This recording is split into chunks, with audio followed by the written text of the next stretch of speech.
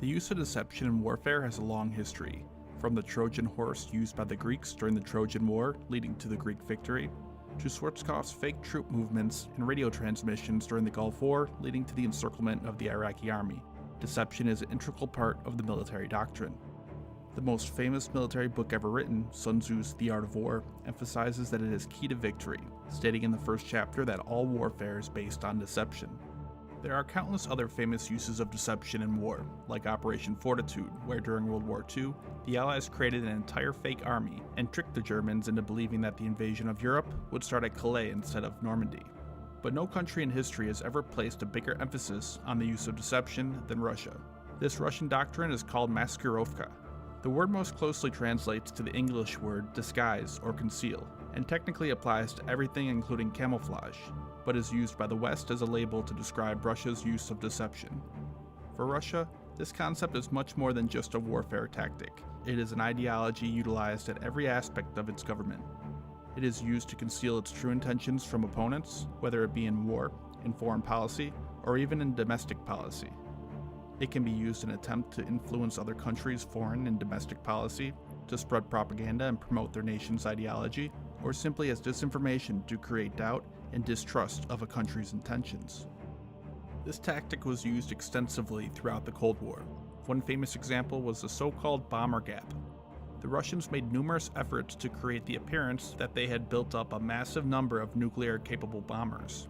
In 1955 at the Soviet Air Show, Russia flew a few of its Bison bombers overhead. Those bombers quickly flew out of sight, looped around, and flew back over again, creating the appearance of dozens of more bombers than they actually had. They also packed all their Bison bombers at an airbase that they knew the Americans would photograph, again giving the appearance of many more bombers than they actually operated. Eventually, further reconnaissance showed that the bomber gap was non-existent, but not before the US spent massive amounts of money building up its own bomber fleet of over 2,000 aircraft. A similar event took place a few years later that became known as the missile gap, which again, after massive spending by the US, the gap turned out to be false. The KGB, the Soviet version of the CIA, took this concept of Máscarovka to a new level. James Jesus Angleton, the famous CIA chief of counterintelligence, described the KGB as a wilderness of mirrors, with deceptions within inside other deceptions. They would even send fake defectors to the US to feed them false information. One notable case of this is with Anatoly Golitsyn and Yuri Nosenko. Both men were KGB, and both claimed to be genuine defectors. Golitsyn defected first, followed shortly by Nosenko. The information that each man gave to the CIA contradicted the others. For this reason, it is believed that one of them was a fake, used by the KGB to discredit the other. James Angleton favored Golitsyn, and the FBI favored Nosenko. To this day, it is still not clear which, if any, was a genuine defector or a double agent. In 1983, the KGB conducted Operation Infekton. The purpose of this campaign was to spread fake information claiming that the United States had invented HIV and AIDS in a lab.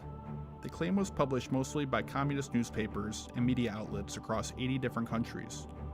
Also, during the Vietnam War, the Soviets spent more than $1 billion on peace movements across the world with the goal of removing public support for the war. The KGB has reportedly helped fund every single anti-war movement during the Cold War to protect communist nations.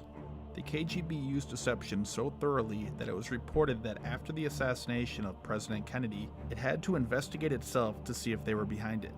Vasily Mitrokhin, a member of the KGB who later defected, claimed that some of the conspiracy theories regarding the assassination were invented and promoted secretly by the KGB in order to create unrest and distrust of the US government and the CIA by its citizens.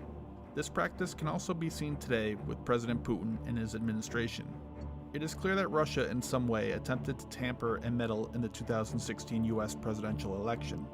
Whether it deliberately worked with Trump to help him win, or whether they just helped to set up meetings in order to give the appearance of collusion to split the American public and cause political unrest is unclear. Whichever is true, it is apparent that they were successful. Another prime example is Ukraine in 2014. Soldiers in green uniforms with no insignias or badges began showing up in the Crimea. Putin first claimed that the soldiers were not Russian. Shortly after annexing Crimea, Putin then admitted that the troops were in fact Russian special forces. Later on, again troops without insignias began showing up in eastern Ukraine. and again, the Russian government claimed that they were not their troops. Several of the soldiers were captured by Ukrainian forces and revealed to be Russian soldiers. The Russian government explained that these men were acting by themselves and not on behalf of Russia, similar to how ex-US soldiers were fighting in Iraq and Syria at the time. While many of their deceptions have been successful, others have not.